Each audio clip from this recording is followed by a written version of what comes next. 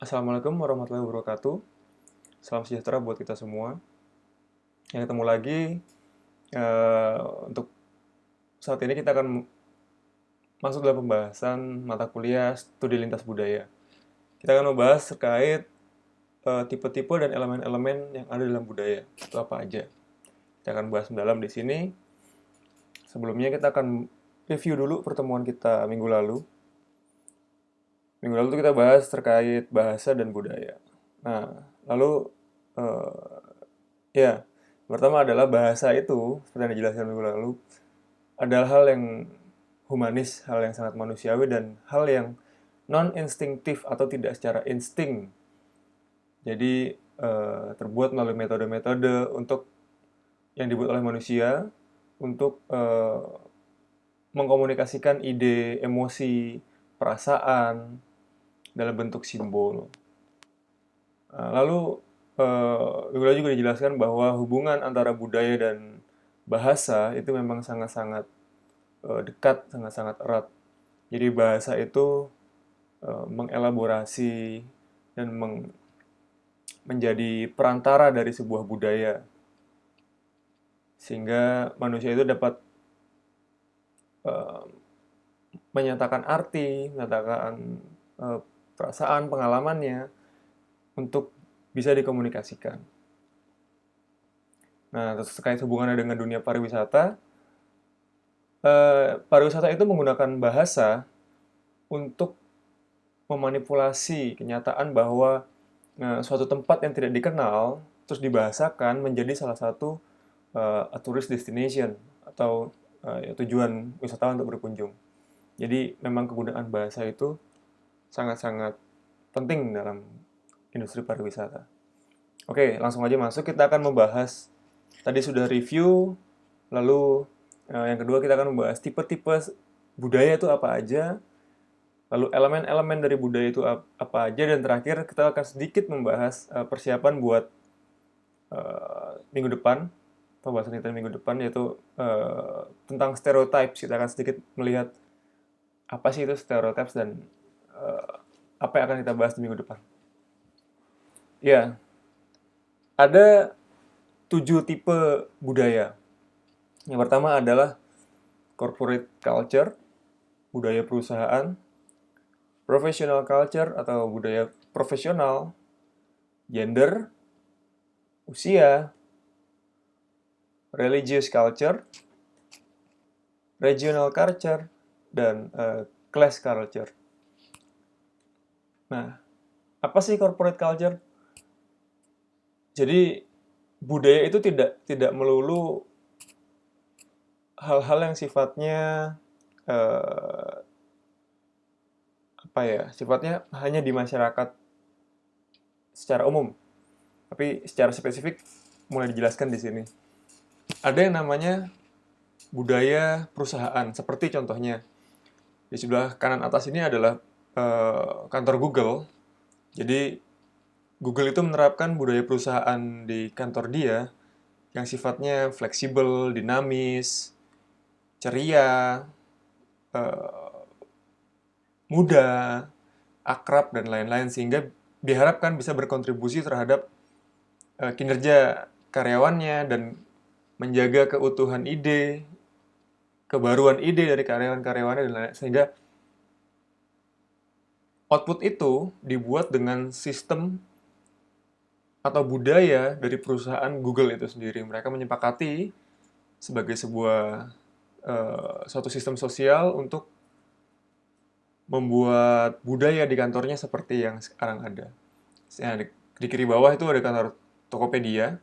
Mereka juga menggunakan konsep yang mungkin 11-12 dengan konsepnya Google, bagaimana kantor dibuat seceria mungkin, kantor dibuat semenarik mungkin, sehingga pekerjanya bisa punya meningkatkan kapasitas pekerjaannya gitu.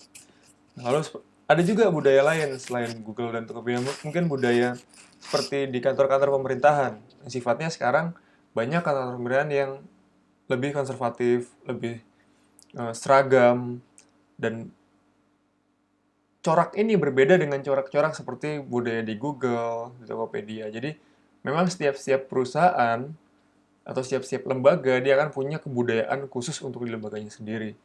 Itu contoh dari corporate culture. Yang kedua adalah professional culture. Di sini bisa seperti eh, budaya dari dokter. Bagaimana sih budaya bekerja seorang dokter? Bagaimana sih budaya bersikap dari seorang dokter itu bisa terbentuk. Lalu saya ambil contoh juga budaya seorang seniman. Itu akan sangat berbeda, tipikal, akan sangat terlihat perbedaannya dengan profesi-profesi yang lain. Bagaimana dia lebih bebas, dia lebih dinamis, dia lebih eh, sesuka hatinya dia. Itu budaya dari seniman. Lalu budaya dari atlet itu juga sangat berbeda dengan budaya-budaya yang lain misalnya. Dalam sebagai misalnya Cristiano Ronaldo di sini, dia sebagai seorang atlet profesional, dia punya kultur, dia punya budaya kehidupannya sendiri sebagai atlet profesional. Bagaimana dia disiplin, bagaimana dia harus bekerja keras terkait profesinya dan lain-lain. Itu budaya culture. Lalu gender culture ini lebih ke eh, melihat budaya dari sudut pandang gender. Ya mungkin yang paling banyak tahu bagaimana sih sebenarnya laki-laki tuh harusnya bagaimana kelihatannya dan perempuan tuh bagaimana. Ini jika budaya dipisahkan dalam ranah gender. Lalu usia. Jadi ya jelas kalau usia pengklasifikasiannya jelas orang tua, remaja, anak-anak, mereka akan punya caranya masing-masing dalam saling bergaul. Mereka punya caranya masing-masing dalam menyampaikan ekspresinya. Mereka punya caranya masing-masing dalam berkomunikasi. Nah, itu yang disebut budaya berdasarkan umur atau usia. Jadi, tiap-tiap tingkatan usia akan punya cara yang berbeda untuk mengekspresikan dirinya, mengeluarkan idenya, mengekspresikan perasaannya, dan saling berkomunikasi antar sesamanya. Lalu yang selanjutnya adalah religious culture atau budaya agama. Di sini mungkin ada yang berpandangan bahwa sebenarnya religious culture ini lebih ke budaya dari penganut agama itu sendiri karena bagi si penganut agama, agama bukan dianggap sebagai sebuah kebudayaan yang karena dasar dari kebudayaan adalah hal yang diciptakan manusia sesama society-nya selama masyarakat yang hidup di sekitarnya. Nah, mungkin ada yang beranggapan memang agama bukan buatan manusia, tapi agama turun dari Tuhan sehingga tidak bisa dianggap menjadi suatu budaya. Tapi tiap-tiap pemeluknya akan punya kebudayaan, akan punya caranya sendiri saat mereka atau coraknya sendiri sebagai seorang memegang satu agama tertentu untuk menyampaikan perasaannya atau mereka saling bersikap dengan sesamanya bagaimana itu punya budaya masing-masing. Makanya religious culture juga menjadi satu bagian dari tipe-tipe budaya.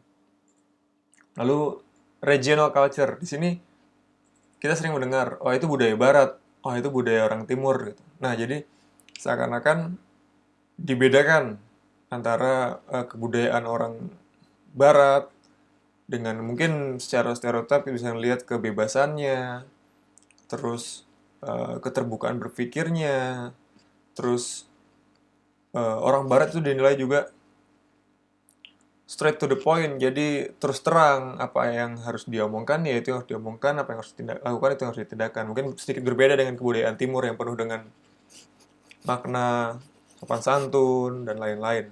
Itu kebudayaan dipisahkan dalam satuan regional. Jadi budaya barat dan budaya timur. Lalu yang terakhir ini adalah yang ketujuh, budaya kelas, budaya antar kelas. Nah, kelas di sini ada banyak ya. Apabila masyarakat dibagi-bagi dalam bentuk kelas, misalnya ada kelas pekerja, ada kelas ulama, seperti yang saya contohkan di slide ini, ada kelas elit, kelas jet set atau kelas atas, ada masyarakat kelas bawah. Nah, masing-masing kelompok masyarakat ini akan punya cara yang berbeda saat mereka menyampaikan ide-idenya mereka, menyampaikan cara mereka berkomunikasi itu akan berbeda, sangat-sangat berbeda antar kelas ini. Iya, itu tadi adalah tipe-tipe budaya. Lalu kita selanjutnya masuk ke elemen budaya seperti yang sudah dijelaskan dua minggu lalu tentang elemen budaya ini adalah yang paling banyak salah satu yang paling banyak dipahami tentang budaya universal yang telah disampaikan oleh Kuncharaningrat. Ya ada bahasa, social organization, terus sistem bertahan hidup, terus kesenian, agama, lalu alat-alat untuk bertahan hidup, dan terakhir adalah sistem pengetahuan. Itu sudah kita jelaskan sebelumnya. Nah, lalu ada juga pattern atau pola dari kebiasaan budaya. Jadi budaya itu sebenarnya punya 7 pola utama. Yang pertama adalah orisinil atau asli dari hasil dari pikiran manusia. Lalu budaya itu memfasilitasi hubungan manusia dengan lingkungan sekitarnya. Itu polanya. Lalu yang ketiga polanya adalah budaya itu membuat manusia terpenuhi kebutuhan dasarnya. Lalu yang keempat, dia sifatnya adalah kumulatif atau bertambah terus dan bisa beradaptasi dengan perubahan internal ataupun eksternal dari suatu masyarakat. Lalu yang kelima adalah budaya itu cenderung untuk menjadi konsisten sebagai sebuah struktur. Dia sebisa mungkin polanya akan tetap sama, akan seperti itu terus-menerus. Jadi mencoba untuk konsisten. Lalu behavior yang lain atau kebiasaan yang lain, budaya itu pasti akan dipelajari dan dibagikan ke seluruh anggota masyarakatnya atau seluruh anggota society-nya. Lalu yang terakhir adalah budaya itu ditransferkan atau dibagikan ke generasi seterusnya. Jadi tetap akan secara naluriah dia akan tetap bertahan terus, akan terus ditransferkan ke generasi-generasi seterusnya. Oke, itu kira-kira pendalaman untuk 2 materi utama yang akan kita bahas di hari ini. Lalu kita masuk ke bagian yang terakhir. Ini saya mau sedikit kasih gambaran tentang apa yang akan kita bahas di minggu depan, yaitu stereotypes. Apa sih itu stereotypes? Mungkin singkat kalian akan bisa lihat ini sebagai prolog atau sebagai awalan. Last year, I was called a terrorist and a murderer by a 13-year-old girl. I was in Jerusalem when all of a sudden an Orthodox Jew passed by. Everything's okay. He wanted to be friends with me until he learned that I was an Arab. همین فلسطینی اسرائیلی که He was in shock because in his mind, Arabs cannot speak English and are not intelligent.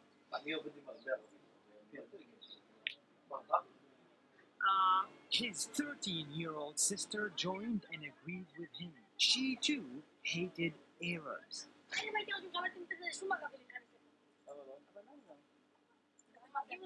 I was sitting there in disbelief at how much hate is coming from old and young people alike, from both Jews and Arabs alike.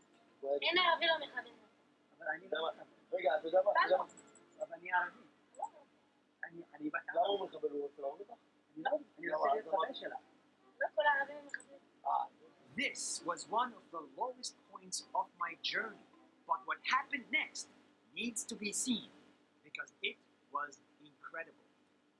The racist guy and his sister left without saying a word and left me disappointed, but not for long. Immediately after, 3 other young Orthodox Jewish girls walked by.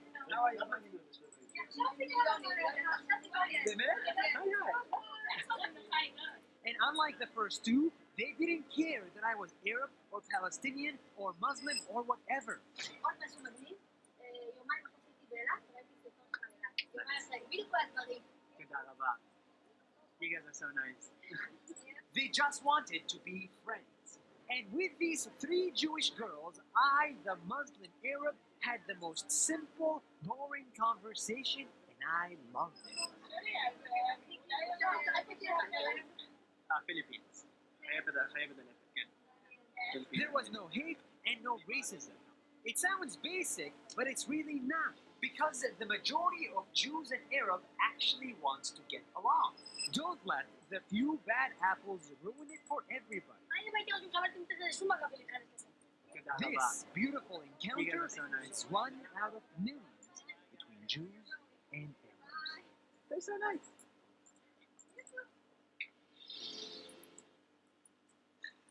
Hey there, how are you? Thank you so much for watching the video. Try watching another video. Ya, itu tadi video singkat sebagai pengantar. Lalu, ya ini terkait apa itu stereotip. Stereotip itu adalah hal yang sangat luas, terus hal yang sangat disempitkan untuk melihat suatu kebudayaan oleh satu sudut pandang tertentu. Ya, ini beberapa contoh yang ada stereotip di Indonesia. Oke, secara detail kita akan coba bahas nanti minggu depan tentang stereotip. Kira-kira segitu untuk materi hari ini. Terima kasih. Sampai jumpa minggu depan.